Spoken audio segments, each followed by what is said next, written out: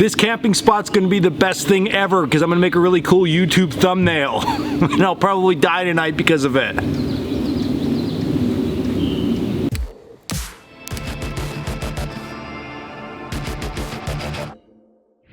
What's up guys, Dan here, Coalcracker. Yep, I'm like a gnome at this point. I'm just down inside this cavity that is left in the ground from this huge uprooted pine. I mean, it is massive. And it is something I'm seeing more and more. It seems like over the last couple years, this has become a way more common occurrence in the eastern woodlands, at least here in Pennsylvania where I'm located. Trees just uprooting from the ground, falling over. And with the ash borer beetle, our ash trees are dying off, so you have a lot of just dead trees all over the place. And them trees fall and they rip other trees down and out of the ground and all that good stuff. And although it's super cool to see, the first thing that might pop in your head is like, that would be a very cool shelter. But the reality is that would be a horrible shelter idea. We're going to take a look at it and talk about why. And then we're going to talk about how you could utilize other parts of this down tree as your shelter setup. All right, so first and foremost, why this would be a horrible shelter location is because it is low ground. And it is one of those things when you're setting up your shelter that you really need to take into consideration, and that is where you're putting your shelter. We always talk about the 5 W's in shelter setup, which is wind, water, widowmakers, wood, and wildlife. And this here is a water collection system. Because of this low point, when it rains, we generally have a lot of water that collects down in these gullies. It fills up and it would make a horrible night camping. I mean, who wants to sleep in a swimming pool, right? So that's the number one thing. You really have to watch out for that. So although it might seem cool to set your tarp up out and over this thing and crawl down inside, it's not gonna be good at the end of the day. Plus, I can tell you from right now, standing down in here, it's just a muddy mess because again, a lot of moisture is down inside. Secondly, when we think about the wildlife portion, we generally think about like wild animals, right, attacking us or things like that. But the reality is we also need to think about bugs and things that can bite us. With these root bases exposed like this, there are so many small nooks and crevices for things like hornets and wasps and bees to fly in and actually make their homes, especially in the summer months, that just standing here and looking around, I can see there's a lot of bugs just flying around looking for spots to make home in. So you wouldn't want to be in a location like this and then end up getting into something, getting stung, having a reaction or anything like that. So that would also make it terrible. Plus, there's a lot of really big crevices. You never know what other kind of animals might be living in there, be it snakes or any kind of fur-bearing animals. So we would ideally want to stay clear of situations like this. The other thing is we would want to look around the area. If this uprooted, there's a good chance there's something else going on here. Now, maybe just as in this one, another tree broke off, really big, fell, hit this, and obviously the root structure wasn't strong enough to hold both of them up, and it toppled it over. So just check, right? Maybe the ground's really soft in that area, and it's very prone to trees falling over, probably a bad camping area. Now, with all that out of the way, okay, if it's just a coincidence like this one, a tree fell, it hit this, and from the weight of it, it pulled everything over.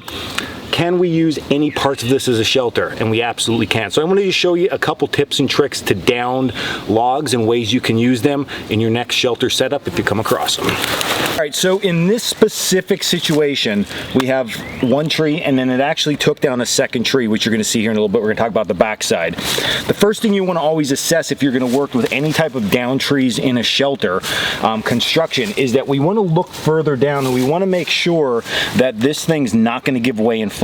In this case, the actual trunk of the tree is touching the ground a little bit further down this way, and we're very close, like within a little bit more than a kick, I can hit that big root base that we were looking at earlier. So I'm somewhat close to that. Again, we can adjust accordingly, but we want to make sure that this thing is not going to absolutely collapse on top of us. That would not be good. So in this case, very strong structure to start with. Now, when we're going to use this top pillar as a tie-out point, okay, there's a lot of different things that we can do here, but just some of the main things you want to take into consideration. First and foremost, when we set our shelter over it, I'm going to show you this here in a second too for a visual aid, but when we set our shelter over it, many times people will try to tie their shelter off to it and have their shelter on the back side out, okay? So if this was the back side and I'm tying it out this way, they tie their shelter off in something like this type of configuration. The problem with this is you need to think that you're working on a round log. So we have that dome shape. So if it rains, where's the water gonna go? It's gonna sneak down behind this shelter, and we don't want that. So anytime we're gonna do this, we wanna make sure that our shelter is over the entire top of this. Okay, yes, you're wasting a little bit of your material here, but look at it as like a structural beam. Okay, it's not gonna hurt much. You still have that width that you're losing because now the log's taking place of it. Okay, so I'm gonna flip this around to show you here what I'm talking about. So if this was the front of my shelter, okay, my tie out, and I'm using big obnoxious white rope, easier to see on the video, okay. If I'm doing that, I don't want my shelter to fall back like this. I want my shelter actually in a forward position, okay? And then I would just come around and tie it off this way. This is gonna make it way better for rain and any type of precipitation would come down. Even in like snowy conditions, this is gonna just work so much better because now anything that gets on here is gonna shed right off. It's not gonna get underneath and get us wet. So that's one thing. As far as the tie out goes, numerous different things you can do there. I just put a lark's head knot. So I took a loop like this, ran it through my loop, and then fed it through itself. Now this gives me 2 lines, much like we do with the survival shelters and the T60s, and then I just use that to wrap 1 line each way. It's gonna hold it on there really nice and secure. Now one thing that's gonna make some people cringe, but we're doing it because this is an educational channel. We can use nails. Now I know that's somebody just smashed the keyboard over that, but here's the thing. Nails are a very traditional thing. Woodsmen of the past always have carried nails. We talk on this channel a lot about carrying nails for projects. This is a dead tree, it's down. If you're gonna put a nail in it, take the nail out when you're done. So just plan ahead a little bit, okay? So what I did here is I put a single nail in, and what would happen now is I could just put my loop on that nail. I could pull across here, put my second nail on this side, and it's like bing, bang, boom, done. So very easy to do with that type of setup. Again, another option, another tool for the toolbox, traditional. Just make sure at the end of the day you take this out, and don't do this to live standing trees in state parks and stuff like that. All right, now another thing that you can do with these tarps, if you have multiple tie out points, as we do on this tarp here, this is a camouflage oilcloth tarp that we sell, so we have multiple tie out points here, okay? I can bring it to the second tie out point on the side, and I can use the rest of this as an awning. If I want to come out halfway, I could do that too. It's going to depend on structurally how you have that. So in my case, I would probably just come out, or come in, I'm sorry, from the edge, 1. And now at this point, we're not gonna set our nail or our string ahead, okay? Because we have all this extra here to protect us, and this is gonna hang out over the front. So I would just go straight dead over the top. And again, because I have the nails, I'm gonna just stick 1 in, and that doesn't have to be in real deep, right? There we go, we're holding that. Pull out your other side.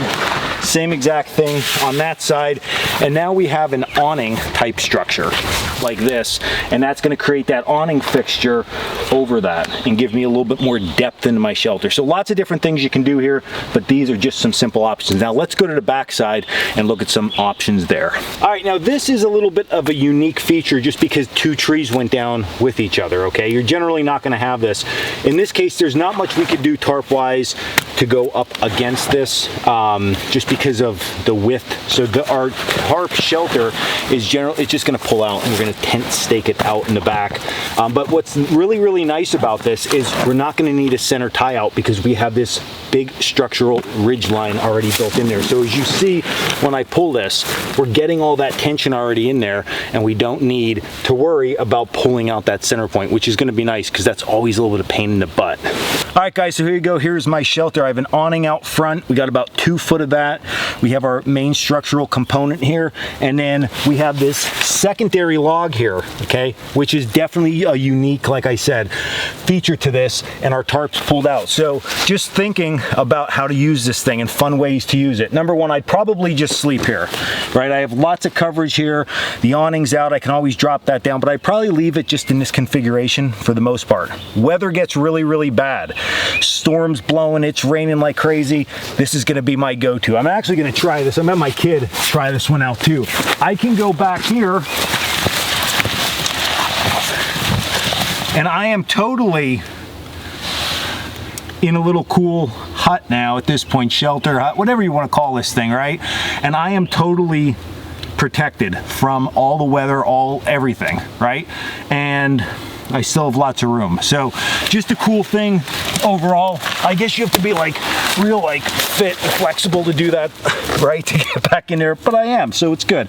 But yeah, fun, exciting, different shelter setup.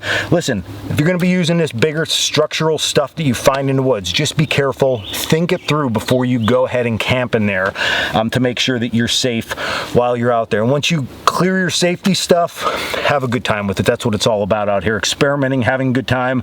Have ridge lines fail, have tarps blow over. It's all part of learning experience, and it's fun. And in the summertime, I mean, you're not gonna be hypothermic or anything, maybe just uncomfortable for the night. So experiment and have a good time with it. But these are a lot of good tips that you can use the next time you're out and about and you find some down lumber. All right, so if you like this video, hit like and subscribe down below. You can also check us out at Coalcrackerbushcraft.com for all our classes, our gear, and our blog. No signed photos, sorry ladies. But yeah, check all that stuff out. Until next video, build a cool shelter, stay in the woods.